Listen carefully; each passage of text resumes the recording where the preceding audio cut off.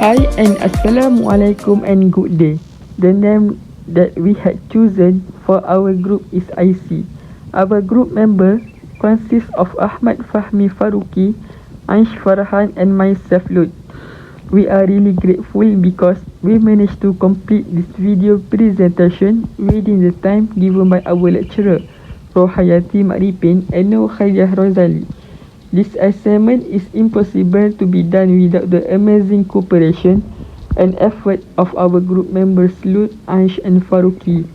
We also sincerely thank for our lecturers of calculus, Madam Rohayati and Madam Khairiyah for the guidance and willingness to help us in what we are lacking when completing this assignment and surely for teaching us this course.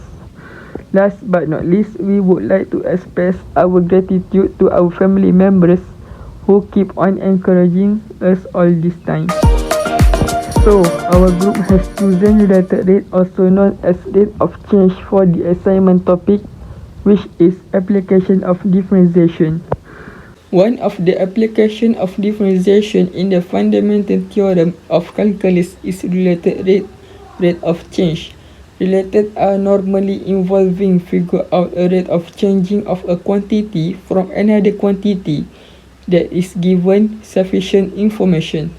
The related rate is known for its benefits in the application in life.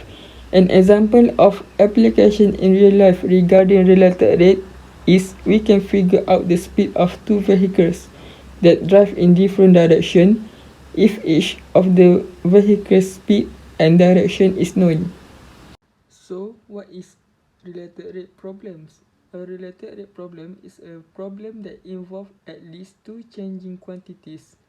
The question should ask us to figure out the rate at which one is changing given sufficient information on all the others. The idea is to find the rate of change of another quantity whose rates of change are known.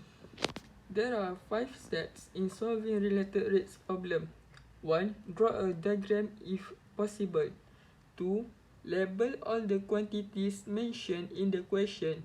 3. Find an equation that relates the quantity whose rates of change is to be found to the quantities whose rates of change are known. 4. Use the chain rules of implicit to the differentiate both sides of the equation with respect to time. 5. Solve for the derivative that will give the unknown rates of change. Okay, let's try to solve the problem statement. For the problem statement is a 20 feet ladder rests against a house on a flat ground. The bottom is initially 7 feet long away from the house's wall. The ladder is moving up when it is being pushed towards the wall at the rate of 1/5 feet per second. Calculate how fast the top of the ladder moving up the wall 10 seconds after we start pushing. For the objective are to determine the rate of the top ladder moving up after pushing it, and to apply Pythagoras theorem formula in differentiation. So here is the illustrative image of the situation before. We can see the 20 feet ladder rests on wall.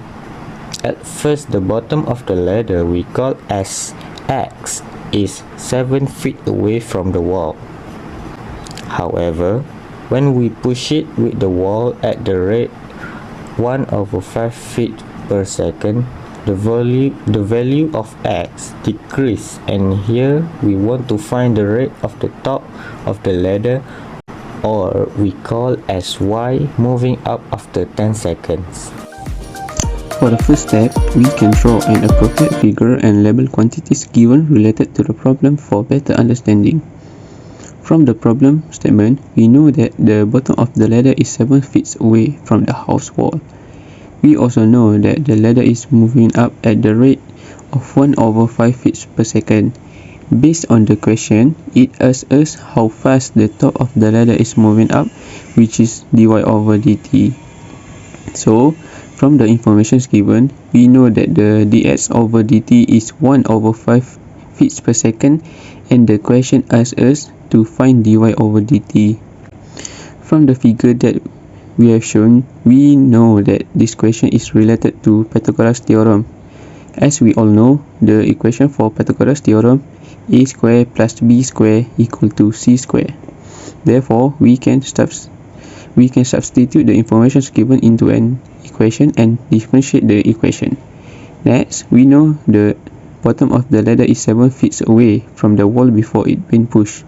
So, we can find the distance after it been pushed. Therefore, we substitute the information of height and time to find the distance after 10 seconds. After we calculate the distance, we get to know how long the bottom of the ladder form, the one after 10 seconds. Next, since we already know the value of x, which is 5, we can find the value of y. We can use the Pythagoras theorem once again here in order to find the value of y. Substitute all of the known values into the Pythagoras theorem formula and we will get y equal to square root 375. The last step is we use the equation that we got in step 2 before, which is 2y times dy over dt plus 2x times dx over dt equal to 0. Then we substitute all of the values we got earlier in order to find dy over dt. So here we get dy over dt equal to 0.052 feet per second. For the conclusion, the rate of the top of the ladder moving up the wall after pushing it is 0.052 feet per second. We can apply the Pythagoras theorem formula when solving any problem that involves finding an unknown side of a triangle.